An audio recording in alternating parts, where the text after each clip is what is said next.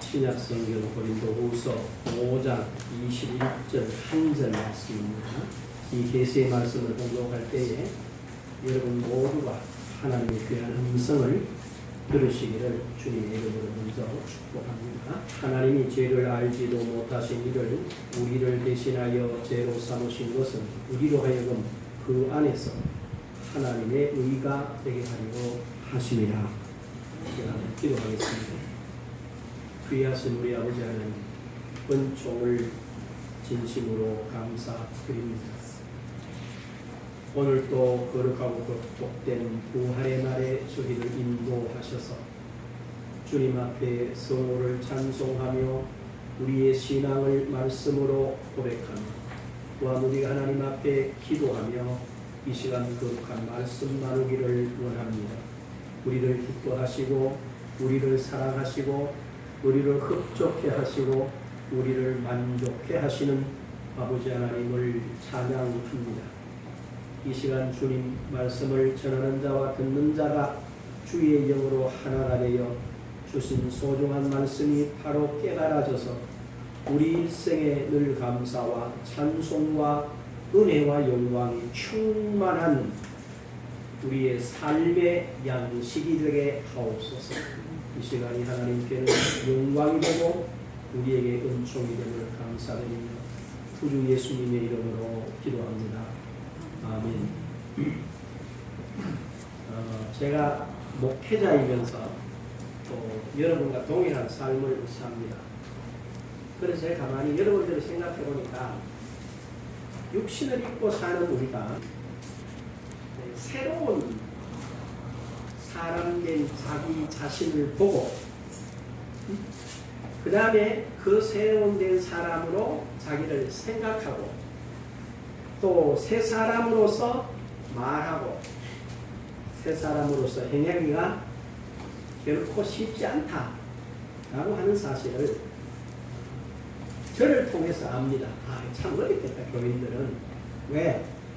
다른 삶이 있으니까 여기만 올인할 수 없어서 여기 올인해야 하는 내 자신이 이 부분에 서기가 그렇게 어려운데 교인들은 굉장히 어렵겠다라고 하는 생각을 하게 됩니다. 사실은 이것이 우리의 의식이 되어야 됩니다. 의식이라는 건 뭐죠? 내가 늘 의식하고 살아야 됩니다. 그 다음에 이것이 우리에게 하나의 뭐가 되어야 되느냐? 사상이 되어야 됩니다. 사상. 그리고 이것이 우리의 체질이 되어야 되고 그 다음에는 뭐가 되어야 됩니까? 자동적으로 이것이 우리에게 나와야 된다 하는 것이에요. 그럼 여러분 잘 보면 제가 어느 책에 보니까 사람이 새로운 습관을 하나 갖는데 걸리는 데 시간 40일이 걸린대요. 40일이. 40일 동안 열심히 훈련하고 노력하면 새로운 습관을 하나 갖고 출발할 수 있다. 그런데 새로운 출발을 해서 새로 가졌던 것을 잃어버린 데는 며칠 걸리느냐 하면 제자리 돌아가는 데는 우리가 3일만 하면 충분하게 돌아간다는 거죠. 그만큼 뭐 하다는 거예요? 새로운 것을 알고 그것을 나 것으로 내 자신의 것으로 만들어서 실천하기는 굉장히 어렵다는 거예요. 하지만은 저와 여러분들은 분명하게 뭐 해야 되느냐? 그리스도 안에서 새 사람 된 나를 그걸로 자기 자신을 보고 생각하고 말하고 행동하고 그러면 반드시 하나님으로부터 받게 돼요. 그 다음에 그 받은 것을 가지고 이 세상을 살아가야 됩니다.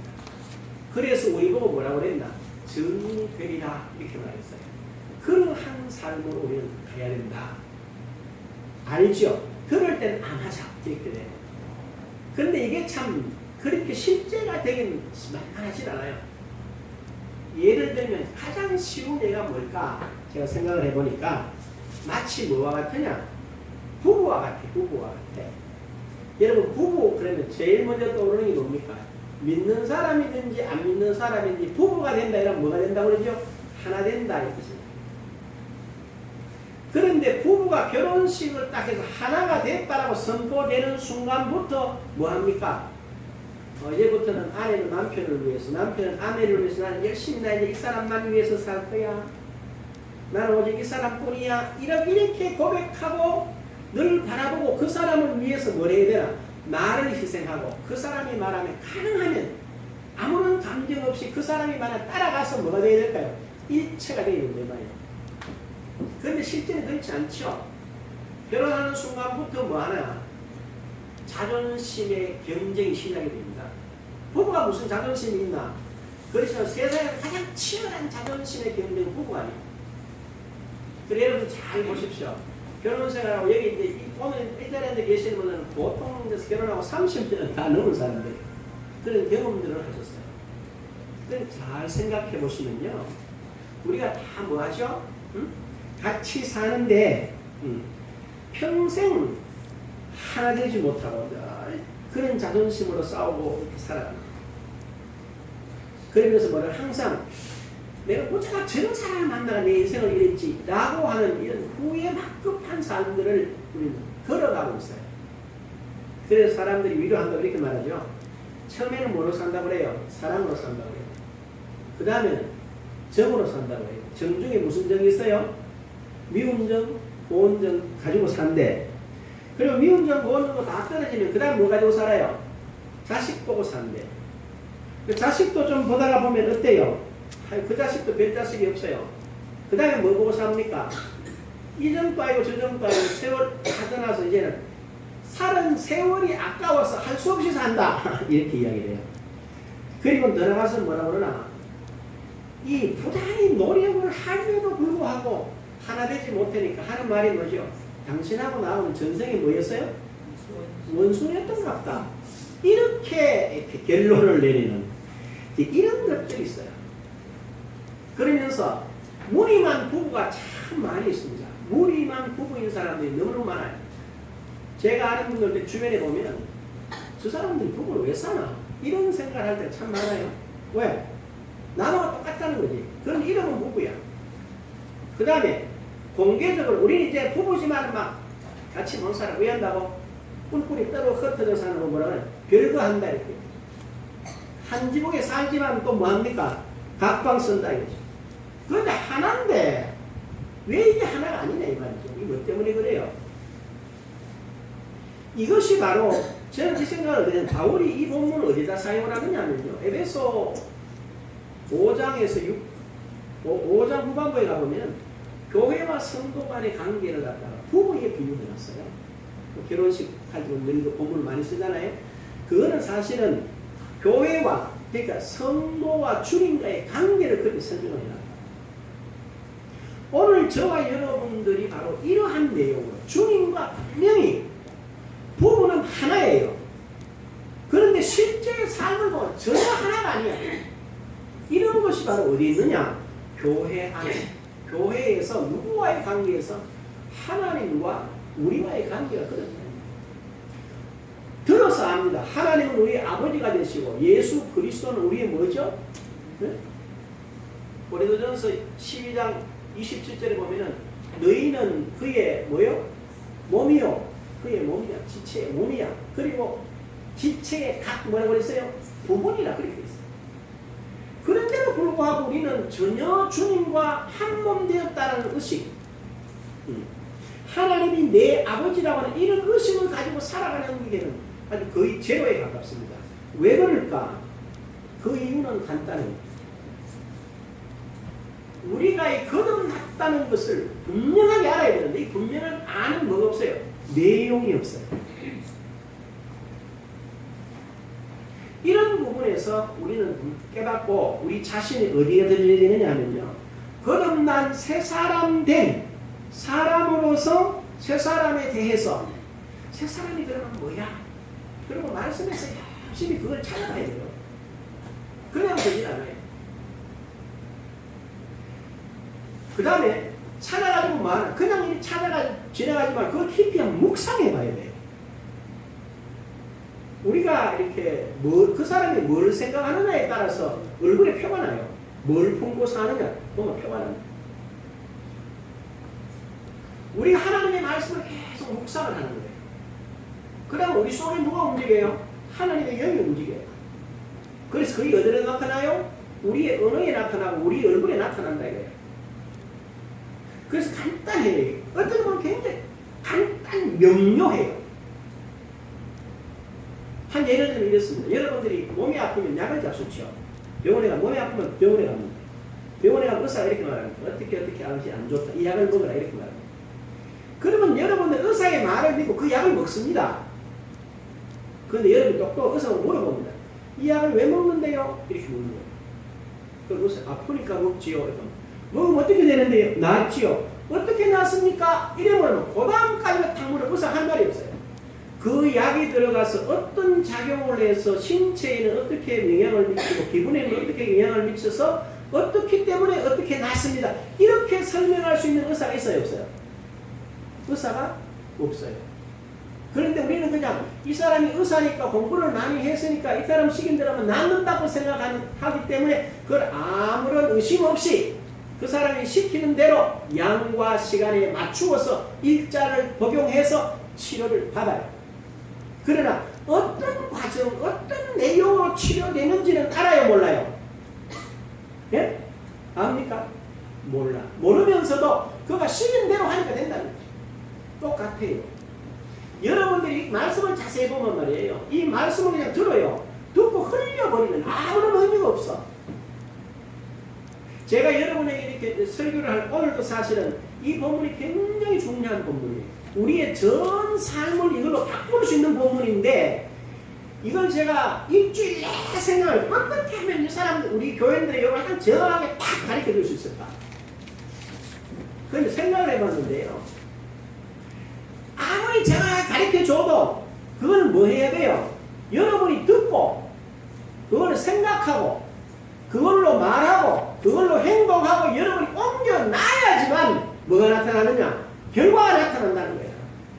그런데 맞아 여기까지 맞아.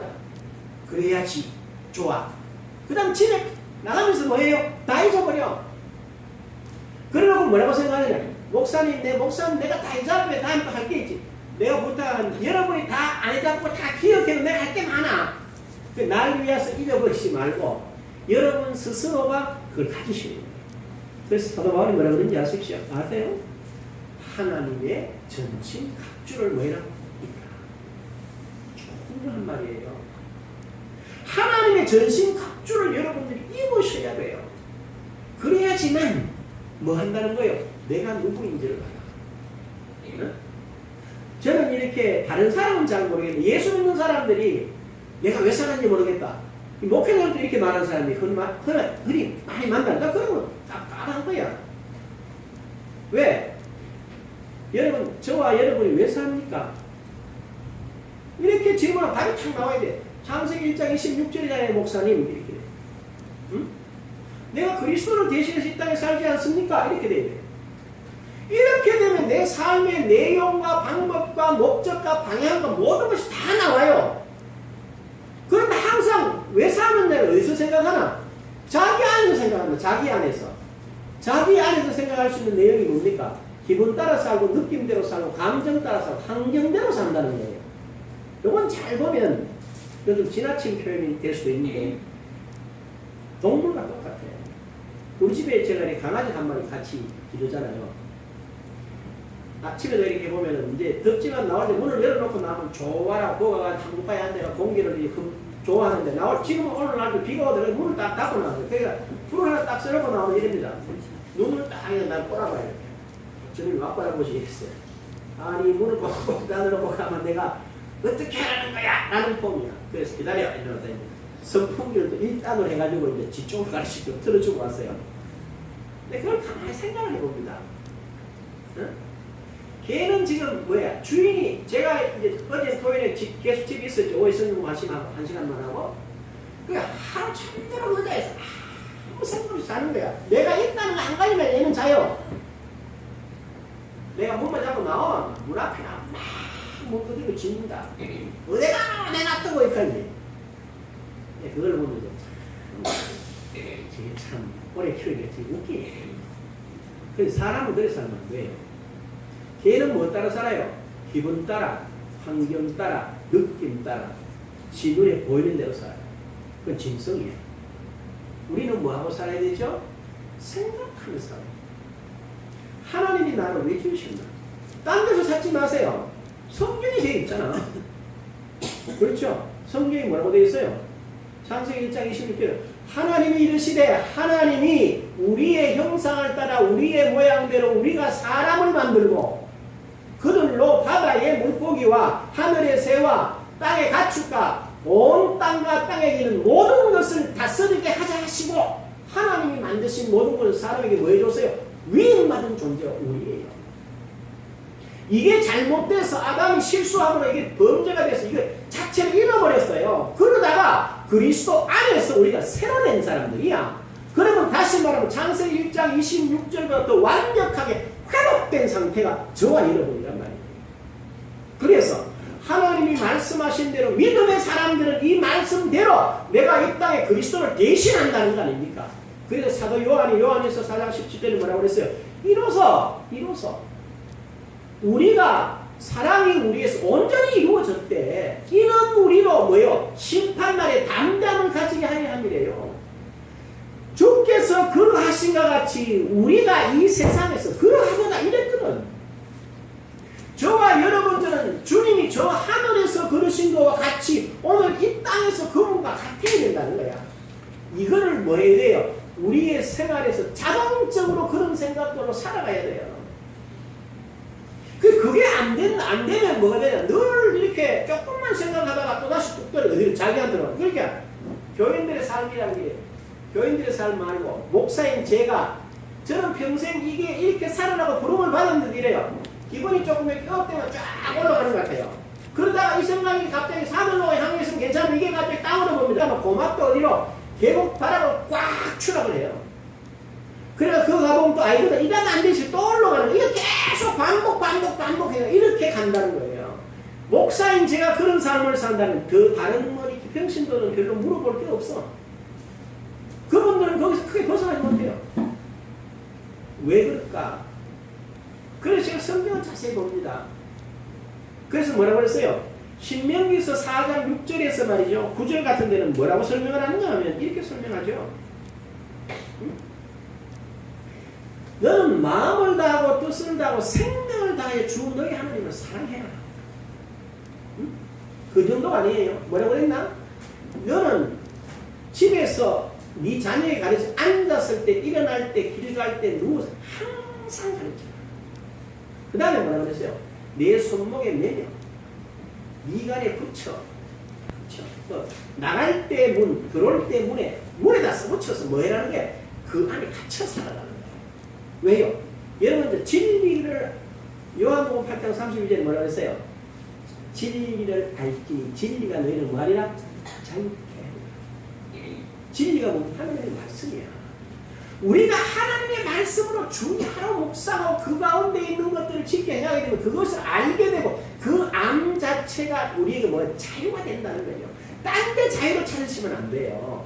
육체에서 자유를 찾고 세상에서 자유를 찾고 물질에서 자유를 찾고 권력에서 자유를 찾아보십시오. 있을 수가 없어. 그것들은 다 뭐요? 재미난 이야기를 하나 하면요. 어느 관연한 그러니까 장가를 가야 될 청년이 아주 나이 많으시고 훌륭하다는 스승을 찾아가 질문해요. 선생님, 결혼을 하기는 해야 되겠는데 어떻게 하면 좋겠습니까? 누구랑 하면 좋겠습니까? 선생님이 이렇게 말하더라는 거예요. 아름다운 여자하고 하면 좋지. 그러나 건강한 여자랑 하든지 아니면 꼭 해야 되는 돈 많은 여자하고 해라. 이렇게 얘기하다. 그럼 이 청년이 생각해보면 말이 헷갈린다. 아름다운 여자하고 하면 좋지. 그럼 하는 말이 하지 말란 말이야. 그럼 누구랑 하라는 거죠? 이렇게 물었어요. 그런데 선생님이 이러시더랍니다. 아름다운 것이라는 건 세월 가면 다 사라지지. 맞죠? 그 다음 또 하나 이야기 하시더라고요. 뭐예요? 건강한 여자하고 살면 건강하니까 돈은 안 들지라는 이야기를 하시더라고요. 돈 많은 여자하고 살면 돈은 점점 불어나니까 좋지. 이렇게 말합니다. 이게 무슨 논리예요? 세상 논리, 아주 이기적이면서도 세상적인 논리를 가르치는 말이죠. 그래서 골로새서 3장 다음 주에 여러분들이 외우시겠지만 위의 것을 생각하고 아래 것을 생각하지 말라는 거예요. 왜? 그 안에는 모든 것이 완벽하게 들어있기 때문에. 이걸 뭐 하시라는 거예요? 놓치지 말라는 거죠. 그래서 여러분들은 반드시 이 가운데서 그대로 하나님의 말씀 속에서 뭘 찾아요? 새 사람 내가 누구냐를 찾아봐요. 그걸 깊이 묵상해야 돼요. 그걸 생각하고 그걸 말하고 행하십시오. 그러면 하나님은 반드시 여러분들에게 뭘 주시느냐? 행함의 결과로서 열매를 준다. 안 행하면 없어요. 그래서 제가 하나 실수한 게 있다는 생각을 하는데, 저부터 여러분에게 늘 전도하도록 가르쳤어요. 내가 가만히 설교 중에 제일 안 하는 설교가 뭐냐? 헌금에 대한 설교를 거의 안 해요. 보면 또 하나, 여러분 전도 안 하면 안 돼요 라는 이야기를 절대로 안 해요. 그냥 뭐 알아서 해 이렇게 가는 거예요. 그러니까 이게 여러분도 뭐 목사님 제가 주보에 강권 내는 걸 가는데 내가 여러분 강 지키는 게 있나 없나 보거든. 거의 안 지키시는 거예요. 그냥 저는 강권 내고 여러분은 내가 있는 대로 듣고 마는 것 같아요. 왜? 그 중심이 없다는 거지. 그러면 결과를 만들어낼 수 있냐? 결과가 나올 수 없어요. 제가 그걸 느껴요. 그래서 제가 오늘 아침에 기도하는 일입니다. 용서하십시오. 하나님, 우리 이송희 권사님 이렇게 해주시고, 말씀이 생명이라고, 생명은 사람들의 빛이라고 그랬으니 그 빛을 우리 시영이나 석연이 비추고 그들이 이 예배 자리에 나와서 생명 얻는 축제를 누리게 하시면 감사합니다. 그래서 그 기도를 계속 하는데 한 번도 또 응답이 내게 다 안 오더라고. 그런데 어느 날 아침에 딱 이렇게 말합니다. 강권하여 데려다 내 집을 채워라. 이렇게 이야기를 하십니다. 그게 무슨 말이야? 기도만 하지만 네가 가서 권했으니 이 자리에 안 치워라. 그건 네가 할 일이라는 거야. 깜짝 놀랐어요. 또 하나, 예를 들어서 우리 조정래 집사님 기도 제목을 안 써냈어요. 그랬는데 안 냈는데 내가 그 기도를 하지. 내가 기도를 하지. 그럼 뭐라고 기도를 하나? 내가 집사님이 이렇게 뭐라고 그러나 스마트폰에 보니까 복음에 관해서는 내게 미루라. 내가 다 가르쳐줄게 이렇게 되더라고. 그래서 내가 거꾸로 해놨어요. 복음에 관해서는 조정래 집사가 제일 잘 알도록 기도합니다. 근데 어느 날 운진이는 사실 내가 한 2번인가 3번밖에 본 적이 없거든. 아버님이. 그런데 기도를 하는 이런 마음을 줘요. 운진이 위해서 꼭 룻과 같은 아내를 주도록 그렇게 기도해라. 내가 그렇게 응답할 거다. 이상하지 않아요? 그냥 스무스하게 이렇게 되더라고요. 이런 것들이 바로 뭘 말하느냐 하면요. 우리가 실제로 하나님 앞에 믿음으로 이렇게 기도를 하면요. 개인에게 삶 속에 하나씩 답이 구체적으로 와요. 그런데 여러분이 오후에 말씀을 드리고 있지만 가만히 생각해 구체적인 기도가 별로 없어요. 왜? 말씀이 별로 없기 때문에. 그래서 여러분들은 꼭 기억하셔야 돼요. 내가 새 사람이 된 걸 알고 그분과의 관계에서 이걸 찾아 누리셔야 돼요. 누리는 건 뭐냐? 생각하고 말하고 행동할 때 반드시 먹는다고 결과가 오게 되어 있어요. 오늘은 믿음이 성장하는 4번째로서 제일 중요한 내용 중에 하나는 우리가 바르게 알고 인식해야 될 게 있는데 그게 바로 오늘 본문에 나오는 의에 대한 이야기입니다. 의에 대한 이야기. 응? 본문에서는 우리는 하나님의 의라고 말씀합니다. 고린도후서 5장 22절 다시 한번 보십시오. 하나님이 죄를 알지도 못하신 이를 우리를 대신하여 뭐로 삼았어요? 죄로 삼으시고. 죄로 삼으신 것은 우리로 하여금 그 안에서 하나님의 의가 되게 하려 하십니다. 여러분 잘 보십시오. 여러분이 하나님의 의랍니다. 이해가 되세요? 응? 나보고 여러분을 보고 하시는 말씀이 너희는 나의 의다 이렇게 말합니다. 이해가 되시느냐 이거. 하나님이 그러니까 목사님이 그냥 아멘하고 우리는 그렇게 믿죠. 물론 좋아. 그 맞는 말. 그러나 그 말로서 여러분들이 그냥 그걸 잘 이렇게 납득을 하고 그걸 가져야 돼요. 그런데 이게 왜냐하면은 이게 참 그렇게 알아듣기가 참 어려워요. 왜 어렵냐면 이런 겁니다. 우리가 일반적으로 여러분이 사신 수명만큼 지나온 세월만큼 의가 뭐냐? 의가 뭐냐 이러면 보통 일반인들이 생각하는 의가 있어요. 그게 바로 뭐냐 하면은 바르게 살고 정직하게 하고 정의롭게 공평하게 살면 주어지는 어떤 상태를 자꾸 의로운 상태라고 생각합니다. 그것이 굳어져가 있어요. 그 안에 여러분이 서 있어요. 그래서 하나님, 내가 바로 하나님의 의다라고 말해도 그렇게 딱 하면 어떤 생각이 들어요? 내가 바르게 살았나? 내가 정의롭게 살았나? 내가 의롭게 살았나? 내가 공평하게 살았나? 아닌데 이런 생각이 익숙해서 하나님이 우리 보고 나는 내가 바로 너의 의다 알았지? 이렇게 말하는데 그걸 수용해가지고 그 위에 내가 서질 못해요. 왜? 지금까지 내가 생각해오는 뭐를 가지고 있냐? 의라는 것을 가지고 있어요.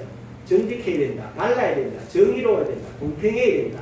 그 다음에 선한 일을 많이 이런 등등의 여러분이 생각하는 의의 기준이 있어요. 그 기준으로 자기를 보기 때문에 하나님이 바로 나의 의가 된다 그래도 나는 내 기준의 의를 가지고 하나님의 말씀을 듣기 때문에 이게 납득이 안 되는 거야. 이해가 되시죠? 이 말은 이해하셔야 돼요. 그럼 뭐란 말입니까? 그래서 그리스도 앞에서 열심히 설명한 대로 그럼 난 새 사람이라는 내 여러분을 서야지 이 말이 이해가 돼요. 그리고 옛날 사람 가운데 서서는 이해가 안 돼. 이런 문제가 있다는 거죠. 그러나 이거는 일반 보편적인 생각이지 이거는 절대로 말씀이 말하는 진리는 아닙니다. 진리는 아니다. 지금 일반인들이 생각하는 의라고 하는 것은 일반적이고 보편적인 생각인 것이 이건 진리는 아니라는 거죠. 그럼 진리는 뭐라고 그러나?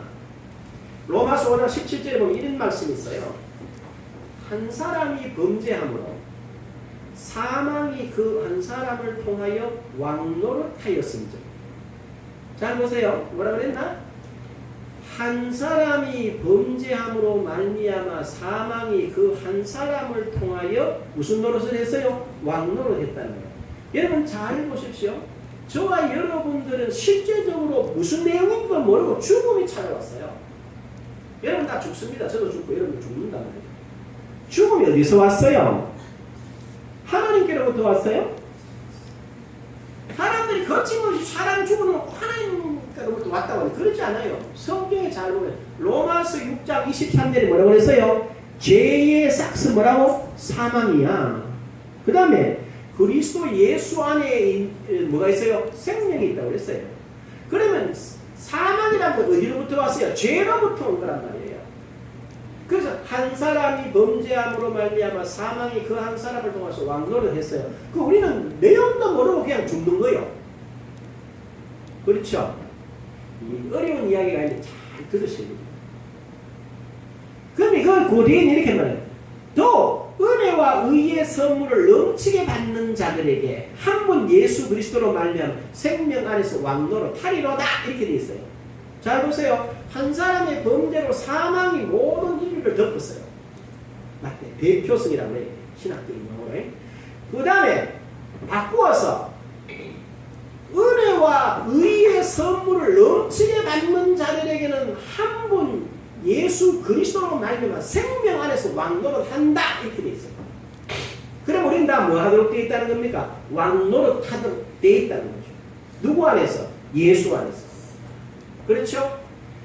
물론 여러분들이 이걸 깨달으셔야 돼요. 신자들도 올바르게 살아야 돼요. 마음대로 살면 안 돼. 말씀대로 살고 이 땅에서 말하는 정의, 평화, 바르게 정직, 성실 그 이상으로 더 잘 살아야 됩니다. 하나 실제로 의는 우리 성경에서 말하는 의는 행함으로 주어지는 의를 말하는 게 아니에요. 뭐요? 하나님으로부터 온 선물을 말해요. 선물로서의 의란 말이죠. 그래서 이건 뭐냐? 행함으로 얻는 의가 아닌 지위로서 주어지는 의를 말해요. 지위로서 관계에서 지위로서 주어진 말을 의미한다라는 거죠. 그래서 실제로 의는 선물입니다. 하나님으로부터 우리에게 주어진 선물인데 선물로 주어진 의는 저와 여러분이 현재 가지고 있어요. 마치 이런 이야기입니다. 앞에 내가 잠깐 좀 설명했는데 부부가 결혼식을 딱 함으로 부부라고 하는 하나의 고리로 탁 연결이 딱 되죠. 우리가 하나님의 자녀가 딱 되는 순간에 하나님께서 우리에게 하나님이 나의 의라고 하는 그것으로 내게 의로 고리를 딱 묶어서 내가 너 의라 알았지 이렇게 말해준 거예요. 그렇다면 요건 현재 여러분들이 가지고 있어요. 그래 여기서 끝나면 안 돼요. 그럼 어떻게 해야 되느냐 하면은 그리고 거기서 한 단계 더 발전해서 영적인 발전 단계의 의는 다시요. 영적으로 거듭나서 새로운 사람, 발전돼가는 단계에서의 의는 말이죠. 새로 창조된 사람의 뭐냐? 영의 열매입니다. 영의 열매라. 영의 열매예요. 육신의 열매가 아니야. 영의 열매라는 뭘 말하냐면요. 이 영의 열매가 맺어진 데는 그 열매가 맺기까지는 성장하는데 시간이 필요한 것입니다. 여러분 잘 보십시오. 하나님의 말씀을 이해하고 내 삶에 적용하는 건 어려워요. 가정에서는 애가 탁 태어나죠. 얘가 왕궁에서 왕의 아들로 탁 태어나면 그때부터 이 아이는 왕자라고 해가지고 이 왕자는 첫 번째 태어나면 세자로 책봉을 받고 그 다음에 일정 나이가 되면 그 아버지가 왕위를 돌아가시게 되면 그 아들이 그 왕위를 받게 되어 있습니다. 그가 왕이 되죠. 다음에 그때까지 뭐가 필요하죠? 시간이 필요한 거예요. 성숙해서 그걸 실제로 가지는 데는 많은 시간이 요한다는 걸 놓치는 거예요. 이 부분을 여러분들에게 우리가 하나님의 자녀가 돼서 의인이 됐는데 의인다운 삶으로 살아갈 때까지 그것이 내 삶의 열매로 나타날 때까지 내 영의 열매로 나타나기까지는 뭐가 필요하다는 거죠? 긴 시간이 필요하다는 사실을 여러분 인식해야 돼요. 그리고 늘 그걸 가지고 뭐 해야 돼요? 생각하고 그걸 가지고 말하고 그걸 가지고 행동할 때 그게 구체화된다는 거예요. 응? 그런데 이런 부분들을 뭐하냐? 놓치는 경우가 많습니다. 그리고 특별히 이 성경에서 말하는 의의 열매라고 하는 것은요, 바로 하나님과 바른 관계에서 오는, 그리고 내가 영적으로 성장하는 영의 열매가 나타나는 게 의라는 거죠. 이걸 여러분들이 깨달으셔야 돼요. 그래서 고린도후서 9장 10절이나 빌립보서 1장 11절에 보면요, 이 의를 갖다가 열매라고 말을 해요. 그 열매라고 말하는 건 뭘 말하느냐면 하나님과의 바른 관계에서 살아갈 때 나타나는 삶의 결과를 열매라고 설명을 했어요. 응? 그래서 거듭난 사람의 영의 열매의 의는 성경에서는 간단하게 표현해 우리 잘 이해를 잘 못했는 거예요. 어디다 그런 설명을 간단하게 했느냐면요. 요한복음 여러분 15장을 한번 보세요. 여기 보면 이렇게 설명해요. 요한복음 15장 1절에서 제가 설명을 하면서 한 번씩 보죠. 피우셨어요? 잘 보십시오. 나는 참 포도나무요 내 아버지는 농부라. 물은 내게 있어 열매를 맺지 아니하는 가지는 아버지께서 그것을 제거해 버리시고 물은 열매를 맺는 가지는 더 열매를 맺게 하려 하여 그것을 깨끗하게 하시느니라. 너희는 내가 일러준 말로 이미 깨끗하여졌으니 뭐로 깨끗해졌어요? 말씀으로 깨끗해졌다. 그 다음에 4절에 내 안에 거하라 나도 너희 안에 거하리라. 가지가 포도나무에 붙어있지 아니하면 스스로 열매를 맺을 수 없음같이 너희도 내 안에 있지 아니하면 그러하리라 그랬어요. 그렇죠? 그 다음에 5절 봐요. 나는 포도나무에 너희는 뭐라고 그래요? 가지라. 그가 내 안에 내가 그 안에 거하면 사람이 열매를 많이 맺나니 나를 떠나서는 너희가 아무것도 할 수 없습니다. 사람이 내 안에 거하지 아니하면 가지처럼 밖에 버리지 말하나니 사람들이 그것을 모아다가 불에 던져 사르느니라. 너희가 내 안에 거하고 내 말이 너희 안에 거하면 무엇이든지 원하는 대로 구하라. 그리하면 이루리라. 너희가 열매를 많이 맺으면 내 아버지께서 영광을 받으실 것이고 너희는 내 제자가 되리라. 이 핵심이 뭐예요? 내 안에 거한다. 그런데 이 말을 참 재밌게 놨어요. 5절에 보십시오. 나는 포도나무여 너희는 가지니 그가 내 안에 내가 그 안에 있으면 거하면 사람이 열매를 많이 맺나니 나를 떠나서는 너희가 아무것도 할 수 없습니다. 이랬어요. 자, 한번 보십시오. 여러분 시골에 가서 농사를 지어보셨어요? 이게 성경에도 나오는 이야기인데 로마서 11장 18절에서 보면요. 바울이 원감람나무와 돌감람나무의 접붙임의 이야기 해놨어요. 이런 이야기 여러분 잘 보십시오. 감나무가 있어요. 큰 감나무가 있어요. 그런데 가수 주인이 감나무 가지가 많이 있잖아요.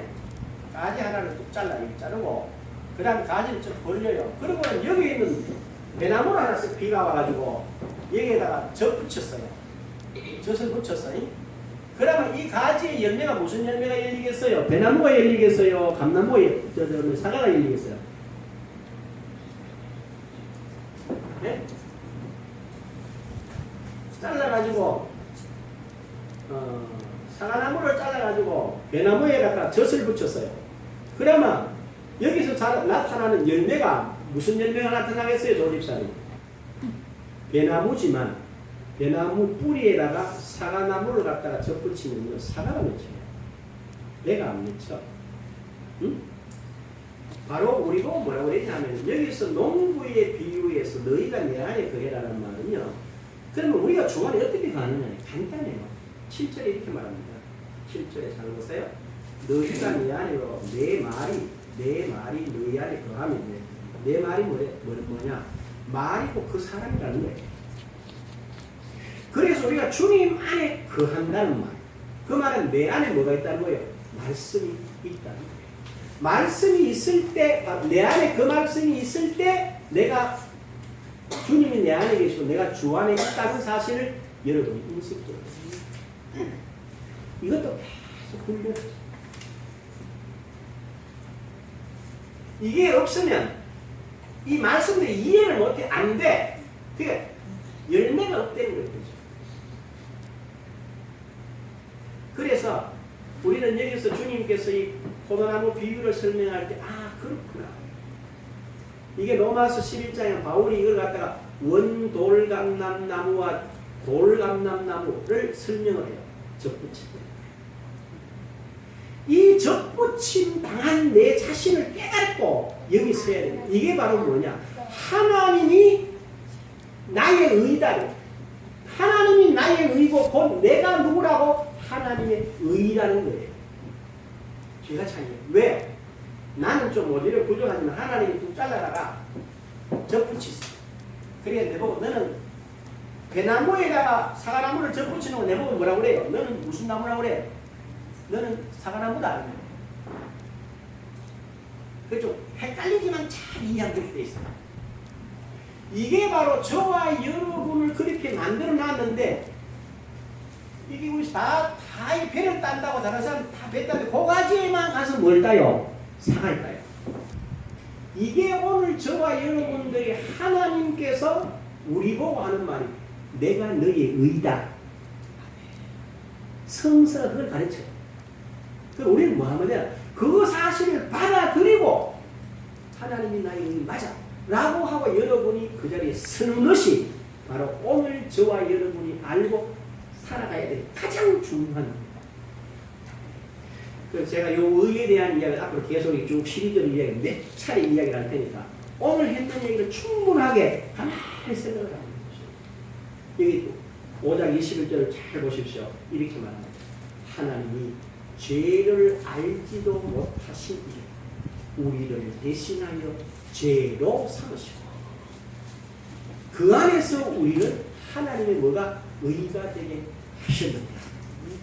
그래서 그 말씀이 내 안에 있으므로 내가 주 안에 있고 주님이 내 안에 있으므로 나는 새 사람 의인으로서의 산다라고 하는 그 삶을 여러분 옮겨놓으시면 뭐가 나타난단 말이에요? 의의 열매가 그리스도로부터 여러분의 삶을 통해서 나타날 줄로 믿습니다. 여기에 그려지실 줄로 믿습니다. 기도하겠습니다. 귀하신 아버지 하나님, 은총을 진심으로 감사합니다. 우리가 주 안에서 새 사람으로 거듭났습니다. 이 거듭난 새 사람을 늘 인식하고 거듭난 새 사람이 누구인지를 묵상하고 생각하고 말하고 행동할 때 거기에 새 사람의 열매가 나타날 줄로 믿습니다. 그런데 우리는 늘 옛사람으로서 세상 중심으로 나를 생각하고 말함으로 해서 하나님과의 관계에서 많은 혼란과 하나님이 주신 알뜰한 은혜와 축복들을 놓치는 경우가 대부분이었습니다. 이 시간 이후로 우리가 이 말씀을 신비에 꼭 새겨서 정말 자신을 알고 하나님을 알고 언제든지 은혜의 보좌 앞에 단대히 나가는 복된 저희들 되게 하여 주옵소서. 예수님의 이름으로 기도합니다. 아멘. 우리 다 일어나셔서 406장 찬송 드립니다.